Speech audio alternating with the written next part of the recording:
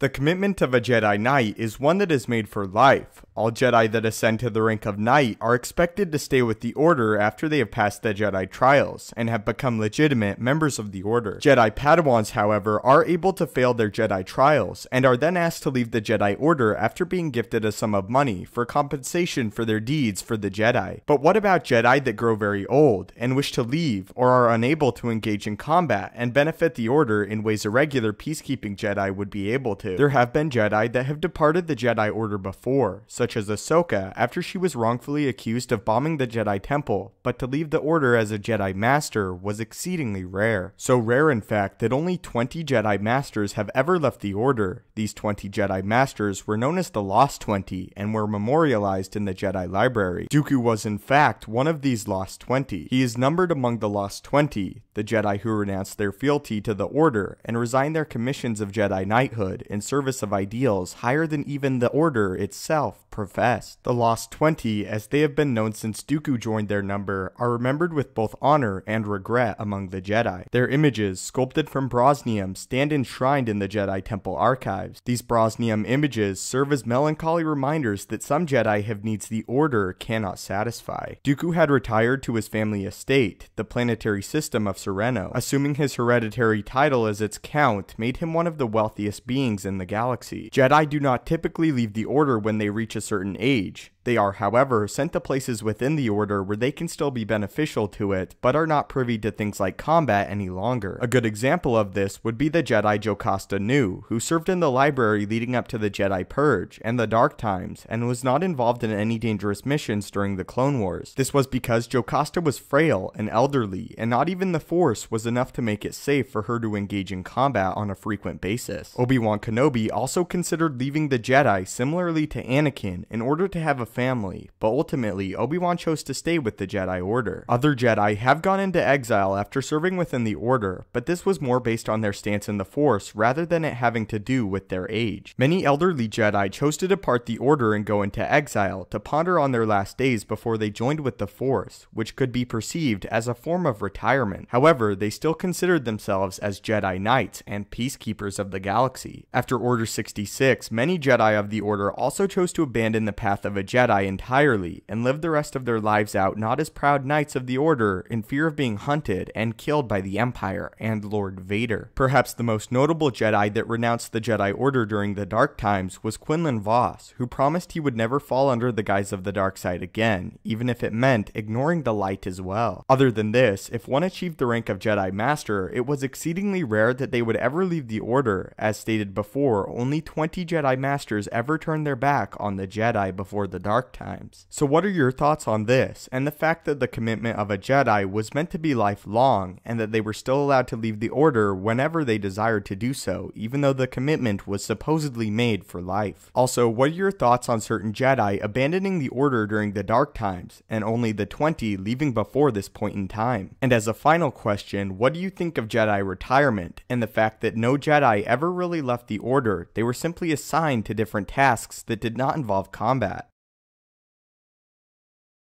In celebration of The Last Jedi approaching and marketing for the film kicking off, I am giving away every single Last Jedi Lego set to one lucky winner in the coming weeks. All you have to do to enter is subscribe, turn on notifications by hitting the bell, and following me on Twitter at Stupendous Wave, which is also linked below. In exactly 3 weeks, I will pick one person to be sent every single Lego set for Star Wars The Last Jedi. Good luck, and may the Force be with you.